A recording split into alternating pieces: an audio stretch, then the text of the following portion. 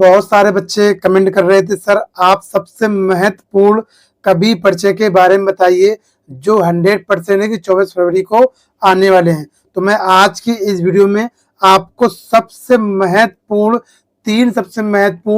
कवि परिचय के बारे में बताने वाला हूं, जो आपके पेपर में 101% है कि आएंगे ही आएंगे। मात्र आप ये 3 कवि परिचय तैयार करके चले जाना 24 फरवरी को, और इसी तरीके से ही आने ही वाले हैं। अब इसके साथ साथ हम ये भी देखेंगे कि आपको अपने कवि परिचय को बोर्ड परीक्षा की कॉपी में किस प्रकार से लिखेंगे, तभी आपको पूरे नंबर मिलेंगे। क्योंकि बहुत सारे बच्चों को कवि परिचय याद भी होंगे, अगर नहीं याद है तो मैं आज बता दूंगा।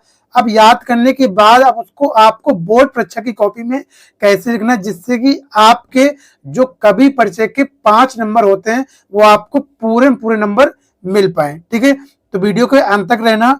बिल्कुल एक एक चीज को, मैं एक बारीकी को आपको बताएंगे कि बोर्ड की कॉपी में आप किस तरीके से अपने कवि परिचय को करेंगे, तभी आपको पूरा 5 नंबर मिलेगा। देखो, आपको कॉपी में लिखने से नंबर नहीं मिलेगा, कॉपी में किस तरीके से लिखना है, क्या पैटर्न लिखना है, किस फॉर्मेट से लिखना है, तभी आपको पूरा नंबर मिलता है। क्योंकि एग्जामिनर देखता है कि बच्चे ने लिखा नहीं, बस इतना नहीं देखेगा, बच्चे ने कैसे लिखा है, अपनी बात को कैसे प्रस्तुत किया है, उसी के बेस पर, उसी के आधार पर आपको नंबर दिया जाता है। तो आपको कॉपी में बहुत अच्छे और साफ सुथरा लिखना है, जिससे कि एग्जामिनर आपको पूरा कवि परिचय के 5 नंबर दे। अब देखो यहाँ पर क्या है मेरे पास, सबसे पहले यहाँ पर देखते हैं क्या 5 नंबर अभी पक्का कर लो। बिल्कुल 24 फरवरी को यही आपके आएंगे महत्वपूर्ण कवि परिचय।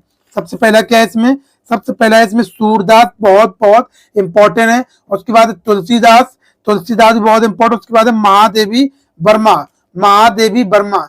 ये मात्र आप 3 अपने कवि परिचय तैयार कर लो, 101% है। अगर आएगा तो इसी में से ही आएगा। ठीक है, आएगा तो इसी में से ही आएगा, इसी को तैयार करना है। अब इसके साथ साथ हम देखो बोर्ड की कॉपी में ये आपके पास ऐसा पेपर आएगा। जब आप पेपर देने जाएंगे 24 फरवरी को, आपको ये पेपर आपको दिया जाएगा इस तरीके से। और पेपर में क्या होगा, यहाँ पर ये आपका कवि परिचय यहाँ पे दिया जाएगा 6 पे, क्या 6 नंबर का खाई होगा। क्या होगा, निम्नलिखित कवियों में से किसी एक कवि का जीवन परिचय देते हुए उनकी एक रचना की व्याख्या करना। 3 + 2 बराबर कितना होगा, 5 होगा। अगर आप उनका जीवन परिचय लिख देते हैं तो आपको 3 नंबर यहाँ पे मिल जाएंगे। अगर आप उनकी एक रचना कोई लिख देते हैं तो आपको 2 नंबर मिल जाएंगे।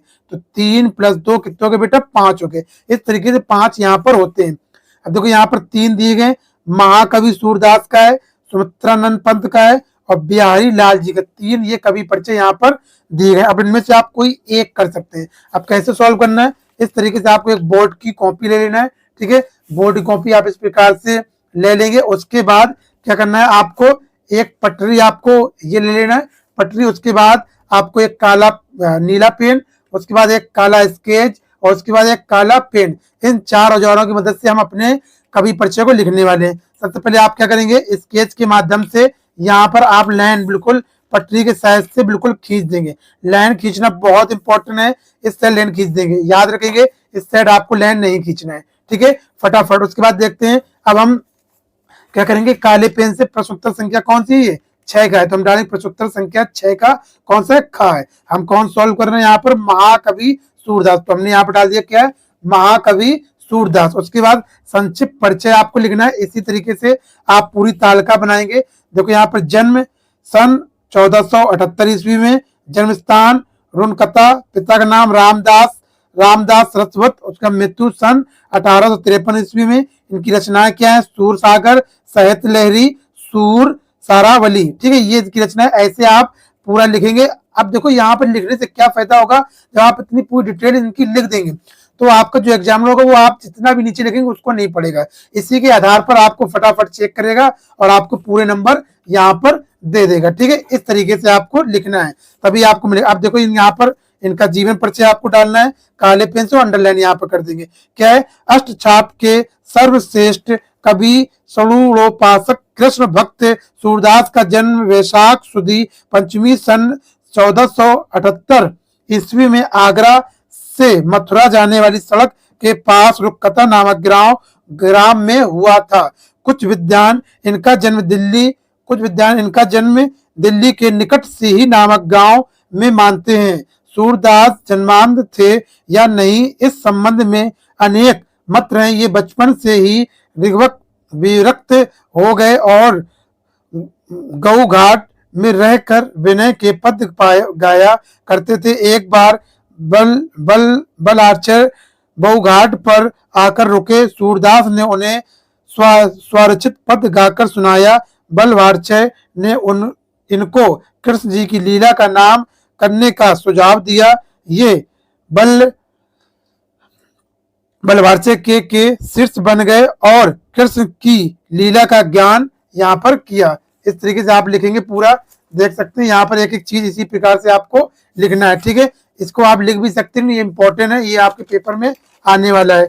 उसका देखो यहाँ पर बच्चे ने यहाँ पर लिखा है कैसे, यहाँ पर करने लगे बलवारचय ने इनको गोवर्धन पर बने श्रीनाथ जी के मंदिर में कीर्तन करने को रख दिया।